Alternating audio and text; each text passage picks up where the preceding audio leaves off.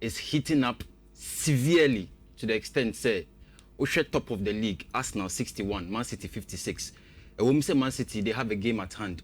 Omutimi we need some match now to reduce the point gap to just 2, which means at the top there's a lot of pressure. But when you look below, so pressure is equally there as well. She West Ham, she Burnley, she Wolves, and now Wolves statement win. We'll get there. But what does it tell us? It tells us that one of the most competitive leagues on this earth, English Premier League, you cannot guarantee anything until the final day. That was the table. Now look at the next 5 games for both Arsenal and Manchester City are more first and second respectively. Arsenal, Echna, on Chelsea, Bebo, on Brighton and Hove, Bebo, on Everton, Bournemouth, and after Manchester City. Look at the same for City. On Leeds, Bebo, and on Nottingham Forest, West Ham United, Chelsea, and Arsenal. Into share the fixtures that are coming up 5 for both teams it's a very difficult time. It demands. But among the two, no. Yeah. Would Obia matches Obabanzania bosses Navy 1 year paneding. Because Arsenal, yeah, our Chelsea, Brighton, Everton, Bournemouth, right? Bournemouth, yeah. Bournemouth and Man City. Yeah. And Pep Guardiola and in the City team, no. Leeds, Forest, Nottingham Forest, West Ham, Chelsea, and then Arsenal. Rich, on the face value for the 5 games of both teams, Babono, it looks like Arsenal have a more difficult fixture schedule. Samum. Because look, on a Chelsea, Bebo, right? That's a difficult game. Yeah. Chelsea is part of the top 5. Is Brighton difficult? Brighton is not difficult, but anytime you face them, they manage to get a result from you. Because I mean that this season there. And then the Brighton of last season. But on your stubborn side, that is the perception. Okay. So Obe Koneho and Arsenal is going to go away, right? And that away fixture is a fixture that can be very difficult because you are playing away from home. So what you are saying. So when you look at it critically, even if you compare it with Manchester City, Chelsea, no Asabo, Arsenal, even though both games are at home, they are going to be title deciders. They are going to be games that if Manchester City manage to get the results from, it will boost their chances. But if they manage to lose those games as well, it will go against them. Then they also have West Ham and Nottingham Forest and Leeds. Now Leeds and only Leeds never. Now that Leeds game is quite difficult because Okwa away.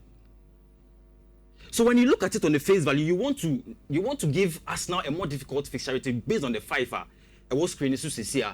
Now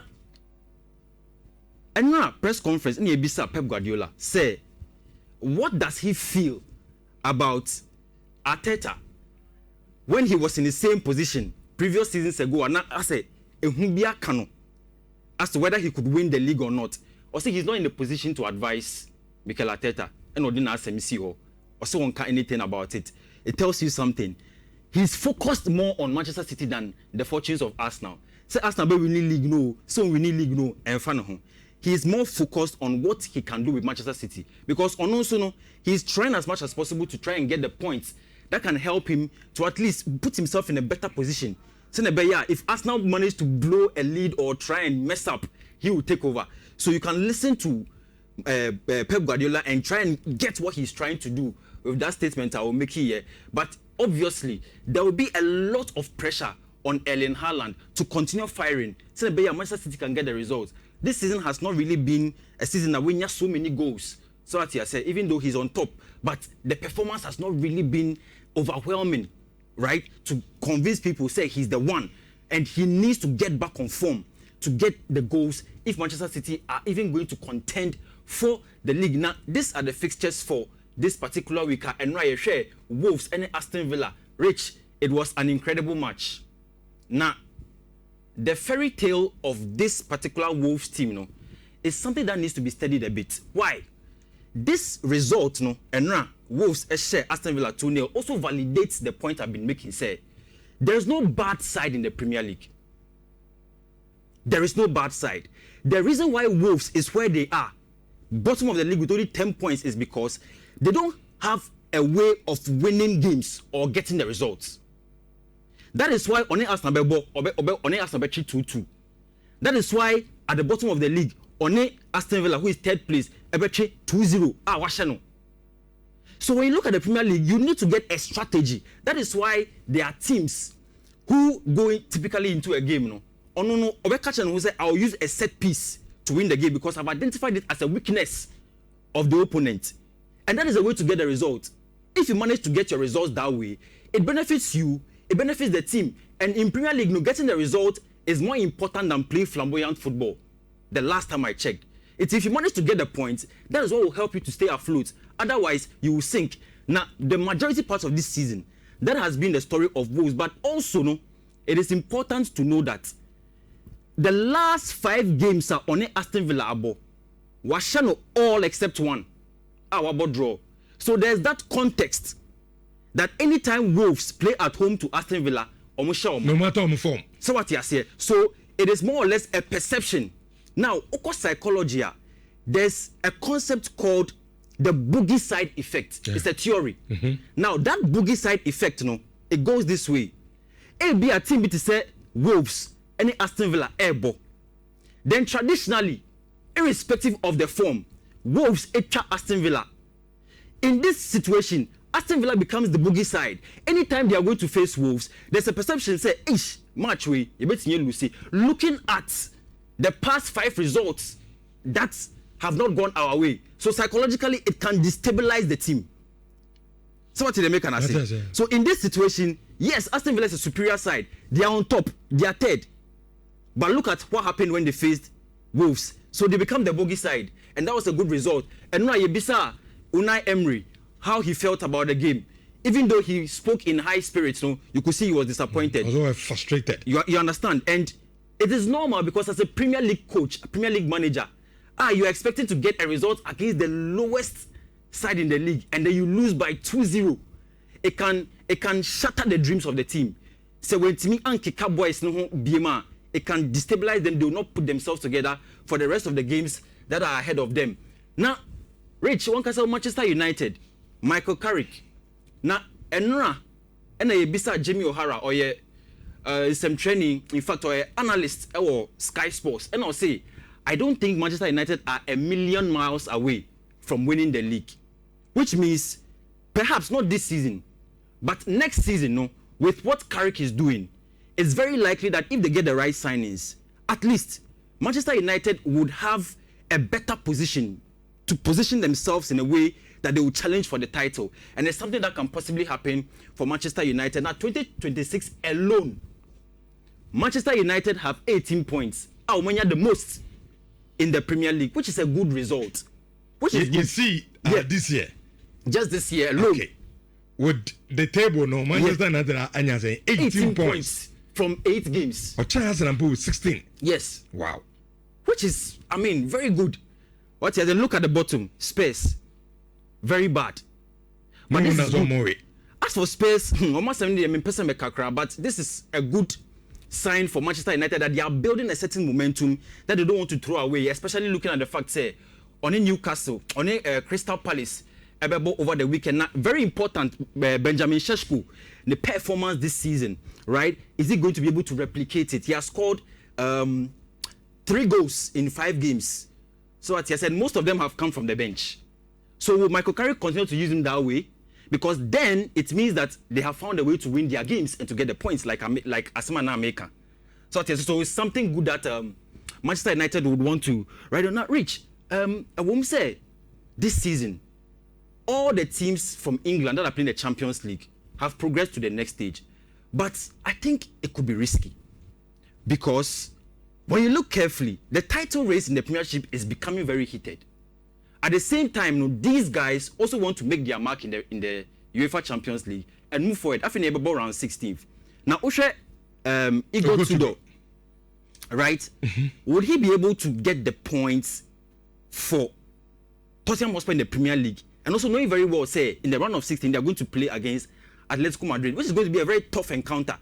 And would that be the last stop? The risk of all of this is that it's very likely, say, by the time the round of 16 is over, either all the Premiership teams will leave the UEFA Champions League, or we may not get all of them moving to the round of to the quarterfinal, simply because fixture overload. Different competitions, or UEFA Champions League, or your friend is saying Premiership, or say FA Cup, right? Both Arsenal and Manchester City, they are Carabao Cup final. So all of these fixtures are fixture overloads on these teams, but will they expose them?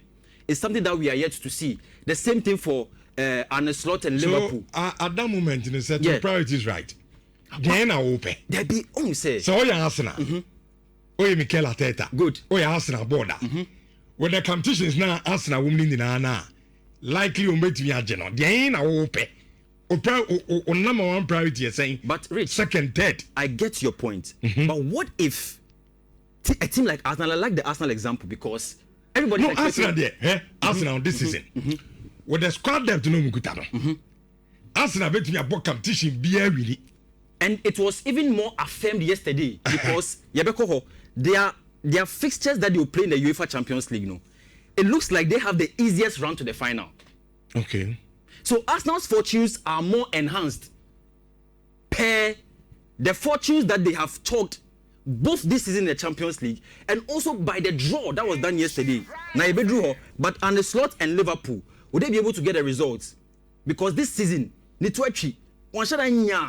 points are now all expected, right? But can they get it done? Can they cross the line? They are grinding for games, they are grinding for points, right? And that is something that almost so beshe.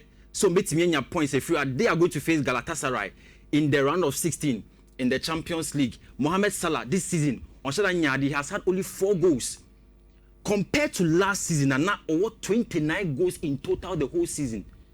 And we have crossed half of this season, but he has only 4 goals in the Premiership. It's a big thing, but if Liverpool would have to go forward and do big things from now to the end of the season, it means that Mohamed Salah has to step up. Yes, Hugo Ekitike, any other players are getting the goals for Liverpool. But when their leading marksman, their star man from years back is not really firing, could that be the reason why they may not cross the line or get into the top 4 or even get very far in the Champions League? We live to see. Obi a friend Eddie Howe of Newcastle, and also very tough games upcoming. Newcastle United, Newcastle City, Newcastle Barca. Then they will play Chelsea, right? Before they play Barca away in the Champions League. Will they be exposed? We live to see about that as well. Now, Pep Guardiola he also has very tough games in the Champions League. He'll be playing with Real Madrid, Ombeko away. Then they will come back home to play. Will that also expose them or get them to perform better? That is a question that is left to be answered very soon. Now, Liam Rosinia, and also Paris Saint-Germain, big game. We'll see how that goes. Now, Rich, the biggest game of the weekend. Arsenal versus Chelsea at the Emirates. Rich, Chelsea is winless against Arsenal in the last 8 Premier League games. We lose to 3 and our draw 5. This season alone, Arsenal have scored 19 goals from set pieces and 14 goals from corner kicks. Chelsea has conceded 11 goals from set pieces alone. And our 7 red cards. This season, Liam Rosinia about Chelsea. The 8 games are wabo. We're winning in the 2 games he lost were against Arsenal in the Carabao Cup, home and away. He lost both games. But the question remains, what will happen this weekend? Because it looks as though both teams cannot afford to lose. In the sense that, say, it will be considered as a loss for both teams. Yeah. Why? Arsenal need that win to solidify their first position slot on top of the league. Once they lose or draw, it can be considered as a loss because Manchester City would also be sniffing to try and bypass them. And then it would blow their chances of winning the Premier League. On the other hand, Chelsea, they want to also avoid being the bogey side over here because after being winless against Arsenal in the last 8 Premier League games, so then it means that they'll be winless in 9 games in the Premier League, which is not something that they want to entertain. So what is going to happen? That's the question. Now, if Chelsea's fortunes are going to be increased in this game, it means certain players need to step up. Akowe number 1. João Pedro. Very, very important. Because if they don't step up, João Pedro, Pedro Neto, Cole Palmer, they need to be on their A game. Because once they are able to get the game running, right? And even the question is, what kind of approach will Liam Rosinia adopt? Will you want to sit back in a low block and try and hit Arsenal at the counter? Or you want to play the same type of football you played in the Carabao Cup second leg at the Emirates, where the game was very open, it was end to end, Arsenal were very protective, and at the last minute, they got that counter attack and they beat Chelsea. What is their approach going to look like, right? And how is Liam Rosinia going to approach the game?